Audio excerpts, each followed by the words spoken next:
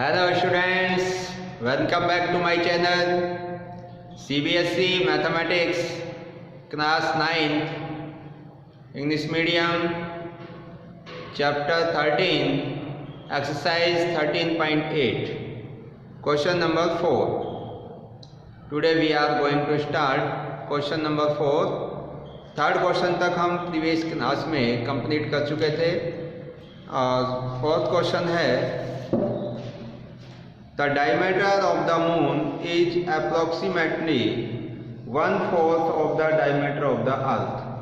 What fraction of the volume of the earth is the volume of the moon. देखिए question कुछ इस प्रकार से है कि जो अर्थ का डायमीटर है और एक मून का डायमीटर है, दो डायमीटर हैं इसमें और उन दोनों में एक रिलेशन दिया है. क्या रिलेशन दिया है कि the diameter of the moon is approximately 1/4 of the diameter of the earth. कि मून का डायमीटर अर्थ के डायमीटर का 1/4 है, यानी कि चौथा हिस्सा है. अब हमें यह बताना है कि what fraction of the volume of earth is volume of moon. कि जो मून का वॉल्यूम है वो अर्थ के वॉल्यूम का कितना है, वो फ्रैक्शन क्या होगी वह हमें फाइंड आउट करनी है. तो देखिए इसके लिए हमें जो चीज़ गिवन है कि आपका अर्थ का वॉल्यूम और मून का वॉल्यूम इन दोनों में एक रिलेशन दे रखा है. तो मून का जो डायमीटर है वो अर्थ के डायमीटर पर डिपेंड कर रहा है, क्योंकि इसमें स्पष्ट लिखा हुआ है the diameter of the moon is approximately 1/4 of the diameter of the earth. कि मून का डायमीटर अर्थ के डायमीटर का 1/4 है. तो हम अर्थ के डायमीटर को x मान लेते हैं. तो मून का कितना हो जाएगा, इस x का 1/4 x/4. तो क्या लिखेंगे क्वेश्चन नंबर 4 के अंदर that the diameter of the earth, the diameter of the earth be x. अर्थ का डायमीटर है उसको मैंने क्या मान दिया भाई, x मान दिया. तो इसकी रेडियस कितनी हो जाएगी, इसकी हाफ. इट्स रेडियस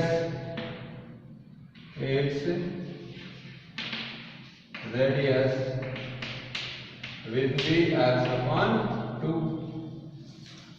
अब किसका डायमीटर, मून का. अकॉर्डिंग टू क्वेश्चन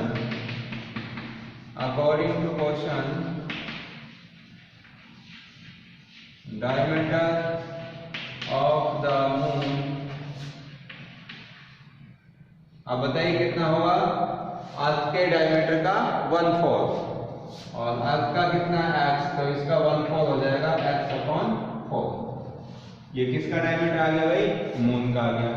अब इस मून की रेडियस निकाल देंगे. इट्स रेडियस विल बी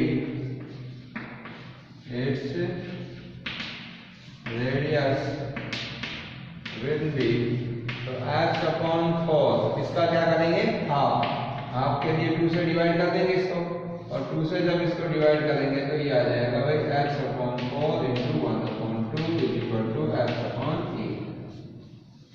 तो ये हमारे पास में अर्थ की रेडियस आ गई और मून की भी रेडियस आ गई. अब इन दोनों का हम क्या निकालेंगे, वॉल्यूम. तो देखिए एक चीज आप जानते हैं कि जो अर्थ और मून है, चंद्रमा और पृथ्वी, इन दोनों को हम स्फीयर मान सकते हैं. क्या मान सकते हैं भाई, स्फीयर, क्योंकि इनकी जो शेप है वो स्फेरिकल है. तो अब स्फीयर का जो वॉल्यूम है उसका फॉर्मूला आप जानते हैं 4/3 πr³. और इसी प्रकार से मून का वॉल्यूम भी हो जाएगा 4/3 πr³. दोनों की रेडियस डिफरेंट है. अर्थ की रेडियस x/2 है, मून की रेडियस x/8 है. तो दोनों की रेडियस सब चेंज होगी, बाकी का सेम रहेगा. तो देखिए हम निकाल लेते हैं दोनों का भाई. तो क्या निकालेंगे, पहले इसी का निकाल देंगे volume of moon. Now volume of the moon. तो मून क्या है भाई, स्फीयर है, तो इसका वॉल्यूम हो गया 4/3 क्यूब। अब आर कितनी है इसकी? देखिए मून की जो रेडियस है वो x अपॉन 8 है, ये मून की रेडियस x अपॉन 8, तो 4 upon 3 pi into x upon 8 और इसका क्यूब। ठीक है भाई। अब इसी प्रकार से किसका निकालेंगे? अर्थ का वॉल्यूम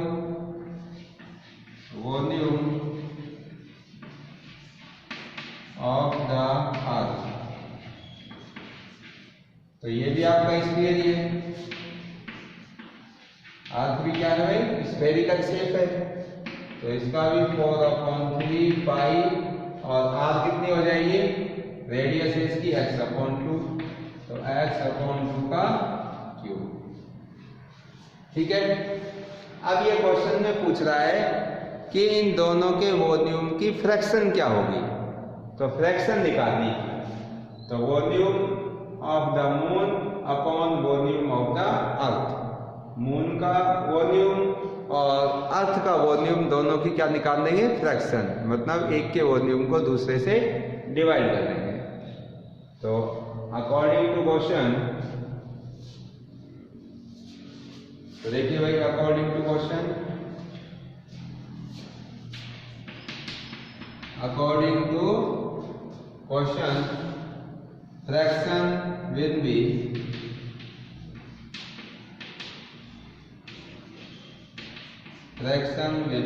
क्या फ्रैक्शन होगी?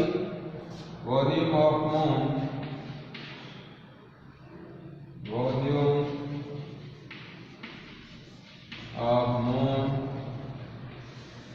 अपॉन वॉल्यूम ऑफ अर्थ, ये आपकी फ्रैक्शन बन जाएगी। अब इसमें वॉल्यूम ऑफ मून रख देंगे और वॉल्यूम ऑफ अर्थ रख देंगे।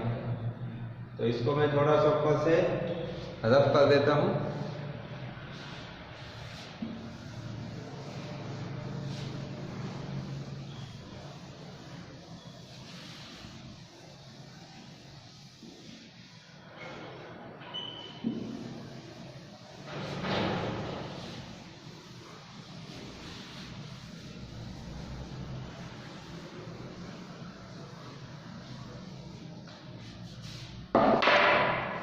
देखिए भाई फ्रैक्शन भी, जो फ्रैक्शन है वो हमारी है। अब इस फ्रैक्शन में तो वॉल्यूम ऑफ मून, मून का वॉल्यूम कितना है ये लिखा हुआ 4 अपॉन 3 पाई आर अपॉन 8 का और क्यूब अपॉन वॉल्यूम ऑफ अर्थ, और अर्थ का वॉल्यूम है 4 अपॉन 3 पाई, और ये हो जाएगा x है इसमें, और ये भी x अपॉन 2 का होल क्यूब।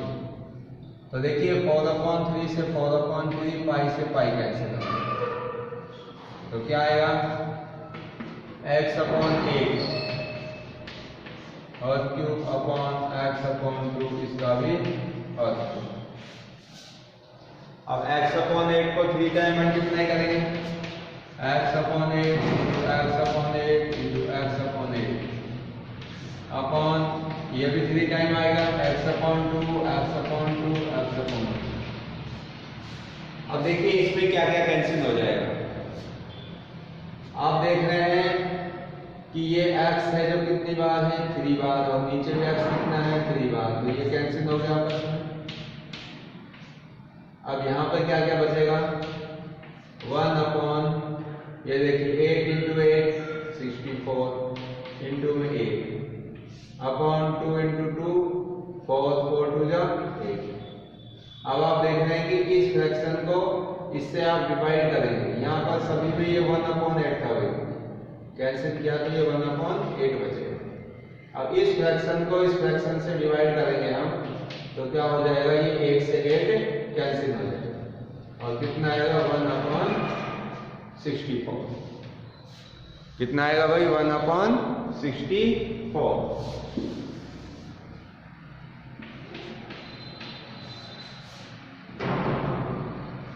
तो ये फ्रैक्शन आ गई आपकी 1 अपॉन 64। एक में से वॉल्यूम ऑफ मून, इसको लिख देता हूं पूरा,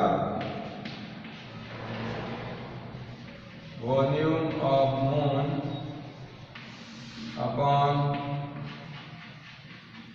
volume of earth is equal to 1/64। तो अगर मैं यहाँ से वॉल्यूम ऑफ मून निकालना चाहूँ तो ये वॉल्यूम ऑफ अर्थ है, इसको इस तरह से क्रॉस मल्टीप्लाई कर सकते हैं। तो ये जो वॉल्यूम ऑफ अर्थ है वो यहाँ पे आकर मल्टीप्लाई हो जाएगा और बाकी यहाँ क्या बच जाएगा, वॉल्यूम ऑफ मून। तो एक स्टेप आगे और कर देता हूँ।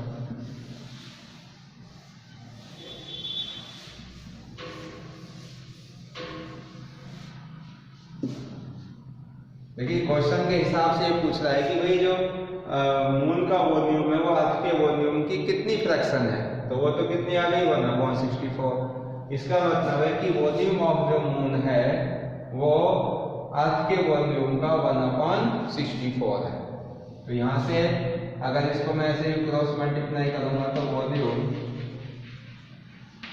Of moon is equal to 1/64 volume of earth, यानी कि मून का वॉल्यूम अर्थ के वॉल्यूम का 1/64 है। मतलब कि अर्थ का जो वॉल्यूम होगा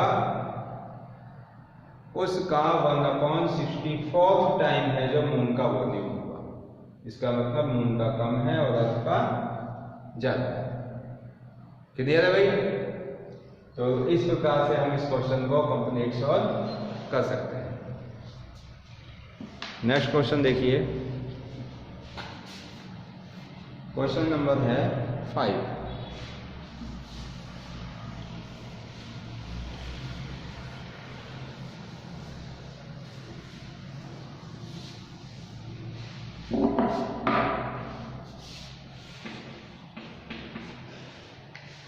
देखिए क्वेश्चन नंबर 5 क्या है, how many litres of milk can hemispherical bowl of diameter 10.5 centimetre hold. कि कोई हेमिस्फेरिकल बाउल एक कटोरा है, उसके अंदर कितना मिल्क आ सकता है। कोई भी हेमिस्फेरिकल बाउल एक कटोरा है, उसमें कितना दूध आएगा बताइए भाई।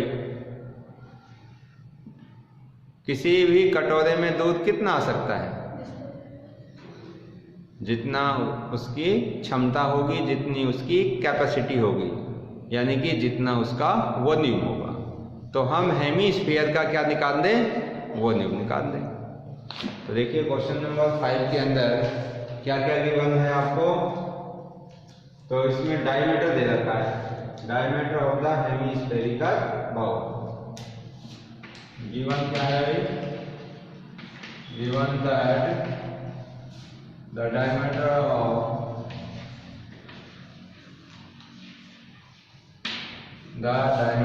of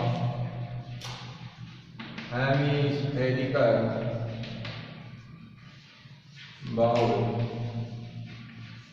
is equal to 10.5 centimetre. 10.5 centimetre ये आपको डायमीटर दे रखा है। तो इसकी रेडियस कितनी हो जाएगी, it's radius is equal to 10.5/2 centimetre. ये इसकी रेडियस हो गई।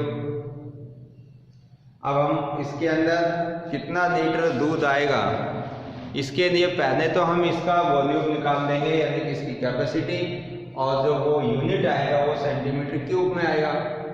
लेकिन आंसर पूछ रहा है वो लीटर में, तो फिर सेंटीमीटर क्यूब को हमें किस में चेंज करना होगा, लीटर में करना होगा। तो हम निकालेंगे भाई volume of hemispherical bowl. Now volume of hemispherical bowl. तो हेमिस्फेरिकल बाउल है तो फॉर्मूला क्या होगा, हेमिस्फीयर का ही फॉर्मूला यूज करेंगे। और कितना होता है 2/3 πr3। देखो स्फीयर का वॉल्यूम होता है 4/3 πr3। तो हेमीस्फीयर स्फीयर का आधा होता है, तो 4/3 को जब 2 से डिवाइड करेंगे तो 2/3 पाई आर क्यूब आ जाएगा। तो रेडियस की जगह हम कितना रखेंगे 10.5/2। Thickness of r is equal to 10.5/2। तो यहाँ पे रखिए भाई 2/3 पाई की वैल्यू 22/7 और रेडियस होगा आपका 10.5/2 1 टाइम, 10.5/2 2 टाइम, 10.5/2 3 टाइम। ये हमने सभी वैल्यूज इसके अंदर पुट कर दी। अब देखिए इसको सॉल्व करेंगे तो इस 2 से ये 2 कैंसिल हो जाएगा, इस 2 से ये 22 1 1 11 टाइम, इस 3 से ये कैंसिल हो जाएगा 3 3 जा 9.3 5 जा 15 और 7 से ये कैंसिल हो जाएगा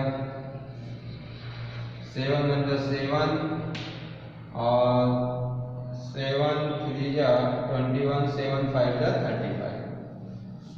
अब देखो क्या क्या रिमेनिंग पार्ट बचे हुए इसमें, ये 1 बच गया 3.5 इंटू 1.5 इंटू 10.5 अपॉन में कितने आ रहे भाई। अब देखो इनको मल्टीप्लाई कर लेते हैं, 3.5 और 1.5 इनको मल्टीप्लाई करेंगे तो कितना आएगा,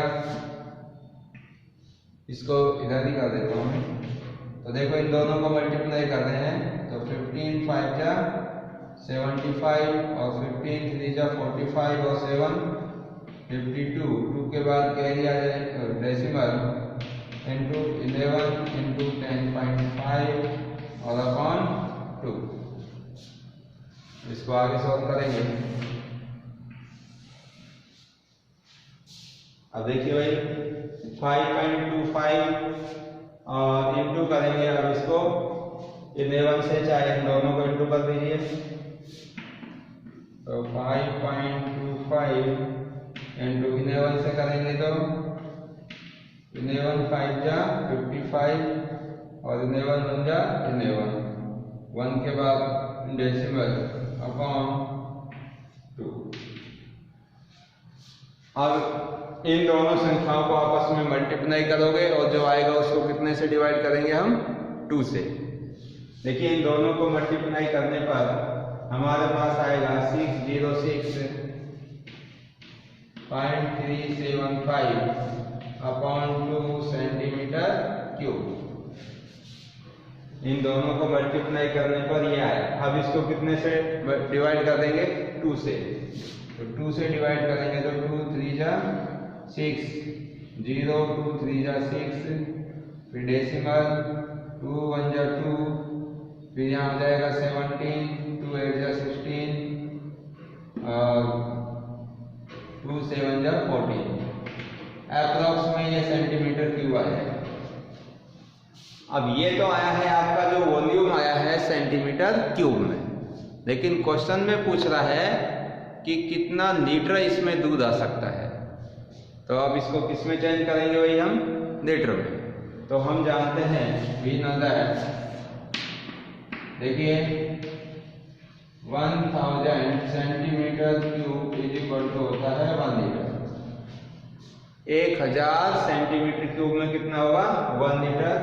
तो 1 सेंटीमीटर क्यूब में 1000 से डिवाइड हो जाएगा तो 1/1000 लीटर। तो इसमें आप 1 सेंटीमीटर के स्थान पर 1/1000 रख देंगे यहाँ पर। तो इसका मतलब इसको कितने से डिवाइड करना पड़ेगा आपको 1000 से। तो 1000 में जीरो कितनी है 3, तो 3 के बाद ये जो डेसिमल है वो 3 डिजिट इधर आ जाएगा।